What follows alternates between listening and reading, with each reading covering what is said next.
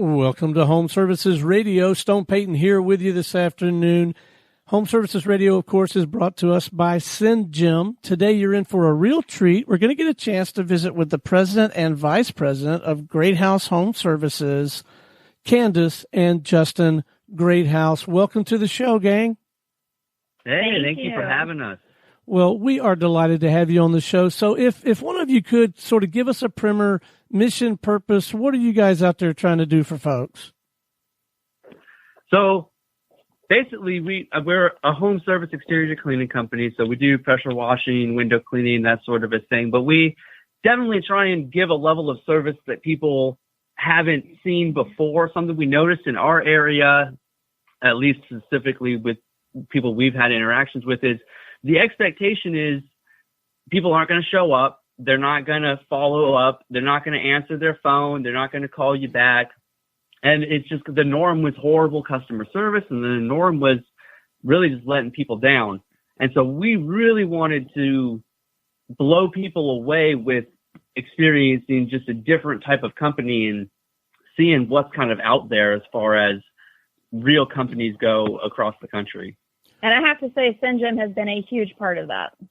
Oh, well, that's good to hear. There you go. Chalk it up for our sponsor, Jim. Shout out to those guys. Well, that's good. Awesome. I love them. Well, maybe we'll talk a little bit about later in the conversation. I'd be interested to know maybe a little bit more about exactly how you're capitalizing on a service like that. I got to tell you, I really resonate with what you're describing about the expectation. To be perfectly candid with you, my wife Holly and I both have sort of put a low bar out there in terms of what we feel like we're going to get. To be evidenced as recently as this past weekend. Our studio is based in Atlanta, Georgia, and headquarters is here. We live in a suburb of Atlanta in Marietta, and I've got the whole crowd, all the husbands, ex-husbands, cousins, they're all coming to my house to stay for like 2 weeks. We're the Christmas house. And the spotlights that shine down on the deck where I got to do my grilling and where there'll be a cocktail or two over those 2 weeks. 3 of the 4 spotlights were out, and I really, I would have loved to have, just reached out and hired someone who's in better shape than me and more coordinated than me to come out and just replace the spotlights. And I would have even, candidly, because I don't know that there's such a thing as a, spotlight replacer business. I candidly, I would have paid somebody to clean the windows or the gutters or something and say, hey, okay, if you would do that and replace the spotlights. But we talked about it, and when we thought it through, and based on our past experience with home services, candidly, I went to Home Depot, rented the ladder, put my life at risk. We got it done. But I mean, what you're saying, it is so true.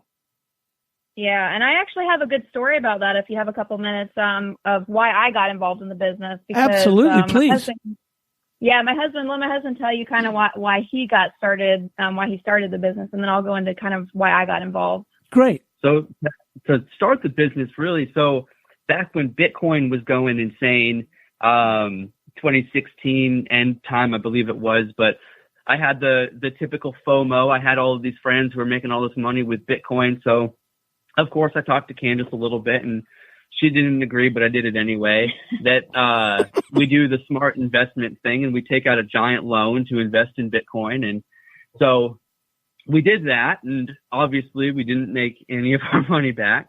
So over the next couple of years, that we took out $20,000. That loan just accrued, and worse, we found ourselves about $60,000 in debt. And I was in the Navy, active duty, so I transferred to shore duty, and I finally had time to start actually being able to put something back in, have a little spare time. So I started the business and started doing it just as a way to kind of take that debt back down. And then after doing it for a couple months, it got to the point where I needed a little bit of help. So Candice had a bad experience that I'll let her talk about, but that got her involved. Yeah, so basically what got me involved was my family lives in South Carolina, and my grandmother is 82. And I went down there. She had a leaky roof that she was trying to get fixed. She had tried to get it fixed 2 or 3 times prior to this. And she kept having bad experience after bad experience. So I was like, you know what? I'm going to find someone that's really highly rated in your area and get it taken care of for you. Because, she's older and she doesn't really know how to use technology that well. So she's like, okay, just get it taken care of for me. And I found a really highly rated guy in her area, and he said he was going to come out and give her an estimate. Well, he no-showed the first time. He's like, okay, well, I no-showed the first time. Give me another opportunity to come out that afternoon. He no-showed the second time. And me being the tech-savvy person that I am, because, I'm younger, I left him a bad review. And he decides to find our business number in Virginia, and he starts calling me at 10 o'clock at night, texting me, harassing me. And it went on into the next day, and he ended up threatening to file false paperwork saying that he had done work for my grandmother to put a lien on her house. Ugh. So I called the cops on him, and this is the owner of a company, of a highly rated company too. So I called the cops on him and ended up getting an order from the cops that he had to stay away from us. So that's kind of why I got involved, because I don't want that to happen, especially to elderly people, because seeing my grandmother go through that and how much it stressed her out, I don't want that to happen to anybody else. So the intent is there. Obviously, I can tell. Your sincerity, your authenticity, it even comes through over the microphone here. How do you try to live that out and communicate that in such a way that people will embrace that idea and believe you? So as soon as you call in, you're going to talk to somebody immediately. We always answer the phone, and if we're on the phone, it auto forwards to an answering service. So you're going to talk to someone every time. If they can't help you, we're going to get back to you as soon as we're off the phone. As far as scheduling goes, you get confirmation emails, you get follow-up emails as reminders. As soon as we're on the way, whether we're going to be 1 minute early, right on time, anything late, we call you and say, hey, we're on the way. This is our ETA. If it looks like we're going to run late, we are hyper communicative. I actually have a funny story about Candice. She was out helping me one day. Oh my God. And we were running about 10 minutes late. So we called the customer and said, hey, we're running about 10 minutes late. We'll be there at XYZ time. And then on the way there, we got stuck behind a bus. So that bus added 2 minutes to our time. And Candice called them again and said, hey, we're stuck behind a bus. We're actually going to be 12 minutes late instead of 10 minutes late. But just the level of communication that people aren't typically experiencing out there. And that's also helped us grow our business really quickly. We are the top, the third highest rated company in our area with Google reviews. And we've only owned the business for about a year and a half. Well, I bet that blew their mind when you called back that second time and said, look, I know we told you we're going to be another.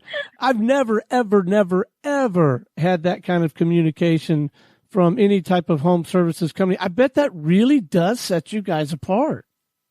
Yeah, I think it definitely does. And I just don't like when people are unhappy with me. So that was that's my main reasoning. Especially customers, because without our customers, we wouldn't have a business and we wouldn't be able to support ourselves off of that military paycheck, now that that's gone, because he got out November the 8th. So.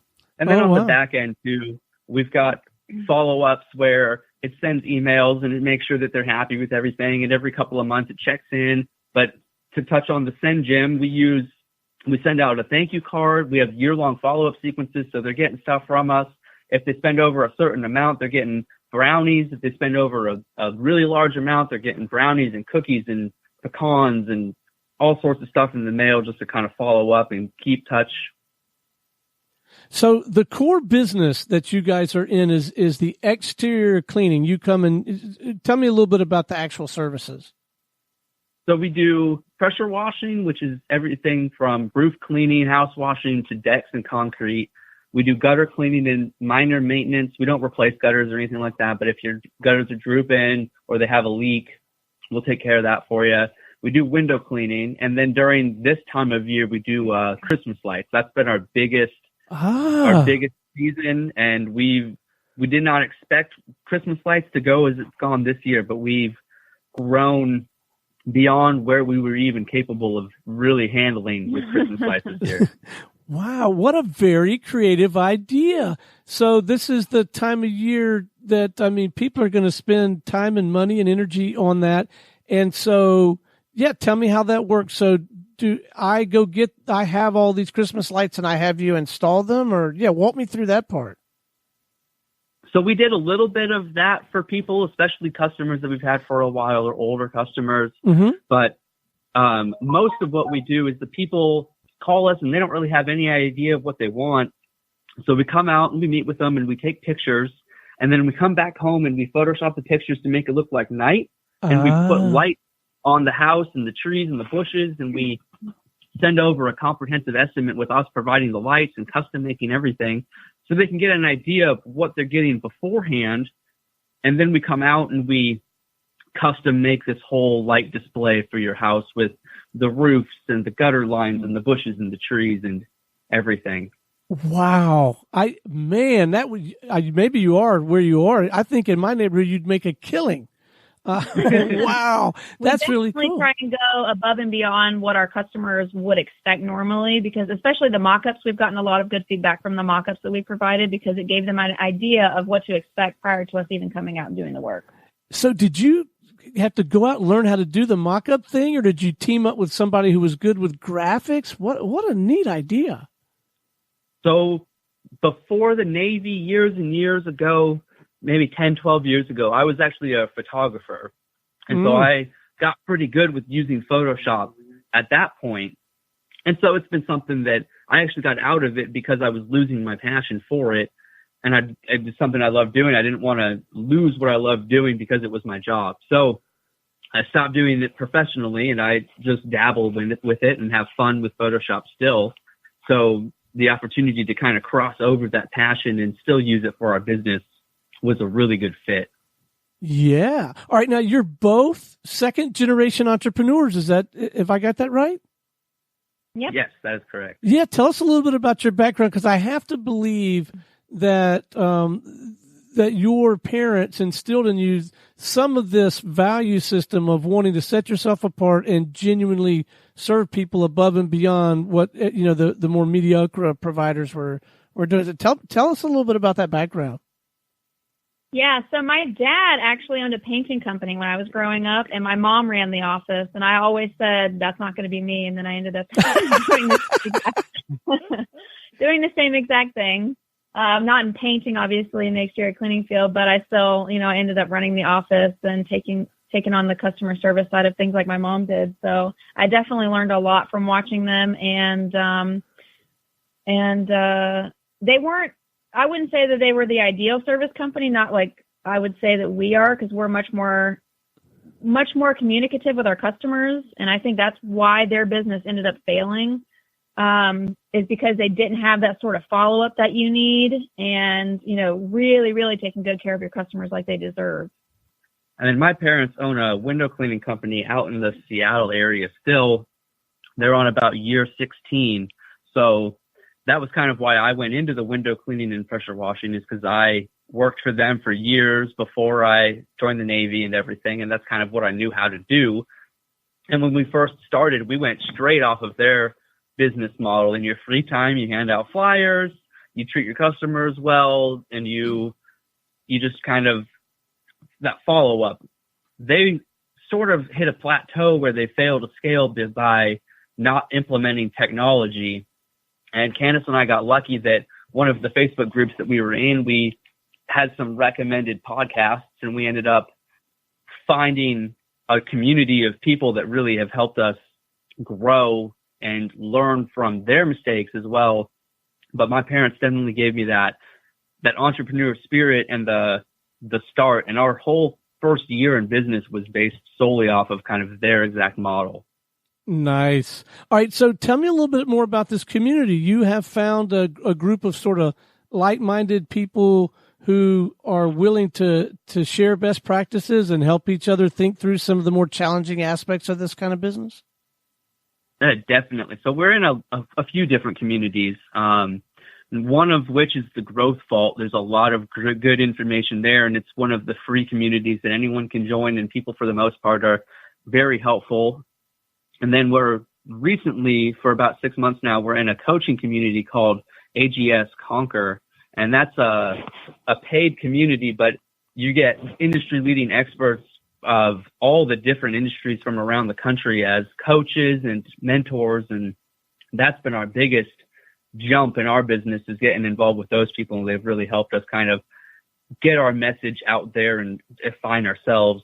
Define our business model, define how we want to be perceived to customers in the industry. So I love that you guys are putting the time and energy and other resources into, perfecting that aspect of your business. I mean, I'm sure there are other tools and resources and things that you have to do to practice your craft properly, but to really sharpen your saw, as it were, with respect to how you treat people and how you run your business. I mean, I believe that's surely going to pay off the biggest dividends for the longest amount of time. I got to ask you though, my wife, I love her. She's a very accomplished woman. She makes a comfortable living. I got a pretty good thing here at Business Radio X. I'm the number 2 guy in our little media company. I love the idea. I don't know if Holly and I would work so well together day in and day out. Tell me a little bit about that dynamic. So there are good days and there are bad days. It's just like a marriage, only on the business side of things. What really has helped us is defining the roles of what I handle and what she handles. For about a year, we kind of just overlapped everything, and there'd be a lot of disagreements and a lot of anger and resentment on, well, why'd you do it this way? I wanted it done this way. So when we define the roles, and Candice takes a lot of the marketing and the office, and I take the operations and the more the employee side and that sort of a thing. So that's really kind of helped us divide and conquer versus butting heads on stuff. And I think that a lot of that had to do with our business coach, because she was like, you guys can't keep overlapping everything. You have to define the roles. So she said, if you guys are arguing over employees, one person needs to be in charge of employees, and that's it. And they have the final say. So we really had to define those roles. And thanks to our coach, we were able to. Well, no, that's very insightful, because a lot of our listeners are budding entrepreneurs. Some are not entrepreneurs yet, right? They just kind of they're excited, intrigued by the idea. And I think this kind of conversation, hearing from people like you who are out there in the trenches every day, living it, that might really save them. That might flatten the learning curve a little bit for them. Maybe perhaps one thing they take out of that is, maybe I ought to get a good business coach, and for a lot of reasons. But B, even that just one little nugget, if you, with whomever you're going to work with, get real clear about roles. I think that's marvelous. Yep. Even if it's not a husband-wife partnership, no matter what partnership you go into, you still have to have those roles defined. And even as you start bringing employees on, defining their roles rather than kind of they handle everything now and it just becomes one more person to handle everything. Really just give them set roles too. And then if they are ready to move into new positions, you define their new roles for them beforehand, instead of just kind of letting everybody overlap everything. So where are you guys in your growth curve? Do you have employees or contract people so that it's not just the two of you at this point, or where are you in that? So we had employees, and then we scaled down a little bit going into winter, because for Christmas lights last year, we did just shy of about $3,000 worth of Christmas light installs. And so we didn't expect to be giant this year either with it. So we kind of scaled down, and then we got really busy with it. We hired somebody. He came in for about 2 weeks, and then he just stopped showing up. And so rather than trying to jump through the hoops to hire somebody with 2 weeks of Christmas light installs left, we just ended up doing it ourselves, get a babysitter most days. Candice would go out and help me. But we went from just shy of $3,000 in Christmas lights last year to around $50,000 in Christmas lights this year. Wow. Congratulations on that momentum. That's fantastic.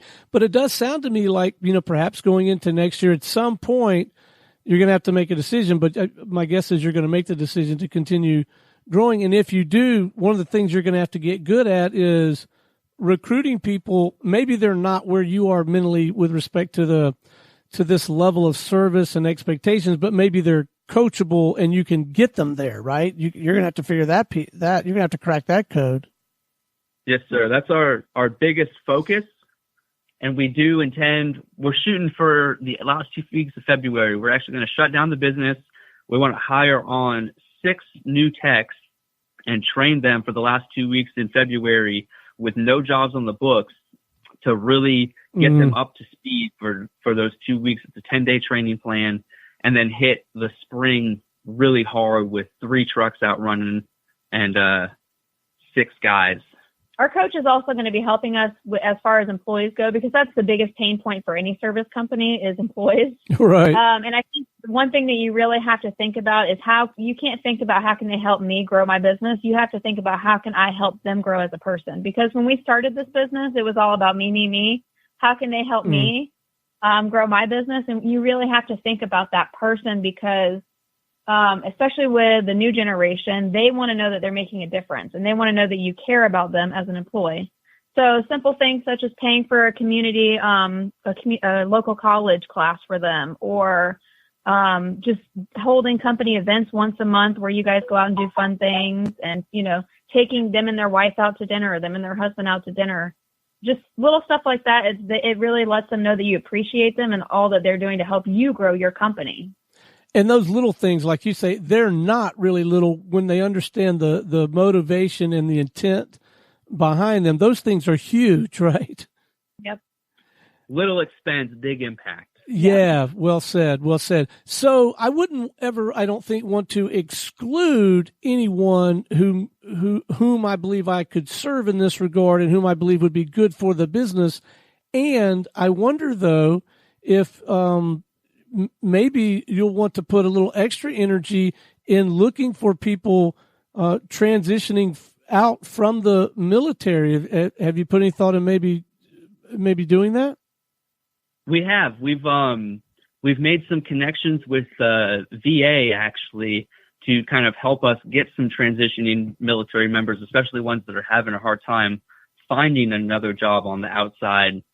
And with where we're at, we're actually one of the largest military locations in the country. So there's a lot of military people getting out of the military every day. They really just don't know what they want to do, or they didn't get out of the military maybe what they had hoped, and they're still just kind of looking for a home. So as you continue to refine your processes and really kind of get the Greathouse methodology together, do you think you might ever bottle that and sell that in some fashion, whether it's full-blown franchising or maybe just, some sort of job aid for the aspiring entrepreneur in Wichita that might want to do things and do things a little differently in their market? Maybe sell them? I don't know. I have. I've looked into it a little bit, and we're talking if we kind of are able to hit our sales goals this coming 2020 year, start looking into maybe taking all of our systems and all of our stuff, and not necessarily franchise, but more of a licensing type of a deal where, because we're not looking to make crazy money off of people, but we do like helping people. And so if we can give them the tools and then just get a little bit to kind of cover expenses and cost of the training. And a couple ideas I've even been playing around with is we'll have a giant office location, and part of that license fee covers office staff for you, and you just have a satellite location because everything can be done for the most part online. So they'll call into the big office that'll handle your booking and handle everything for you. And really, as the owner, you just have to handle the employees and the growth. Well, I got to tell you, and I know that I don't understand all the ins and the outs and stuff, but that sounds very compelling to me, what you just described. So, yeah, I hope you pursue that further. It's definitely something that we've started looking into, and something that as soon as we're able to kind of get our business where we would feel comfortable selling that idea to somebody else or helping somebody else achieve the same level of success. Because we're still learning. We've only been in business about a year and a half, but it's definitely been going well. So we're hoping that we can teach others the same. There you go. And keep capturing all these anecdotes, all these experiences, good and bad. Capture them, document them. Wow. This is very inspiring conversation. I feel 10 years younger every time I talk to a young entrepreneur who's getting it together. So before we wrap, let's make sure that our listeners know how to get in touch with you guys, know how to have a conversation with you or somebody on your team. What are the best coordinates? So our website, ghhservices.com, has a lot of our contact information. You can find us on Facebook. We're on Instagram, but we don't use it a whole lot. But those are really the Facebook and our website are our best two places to really be able to get in touch with us. Fantastic. Well, thank you both for joining us on the show today, and thank you for sharing your story. Yeah, thank you again for having us. All right, this is Stone Payton for Candice and Justin Greathouse, President and Vice President with Greathouse Home Services, our sponsor, Jim, and everyone here at the Business Radio X family saying we'll see you next time on Home Services Radio.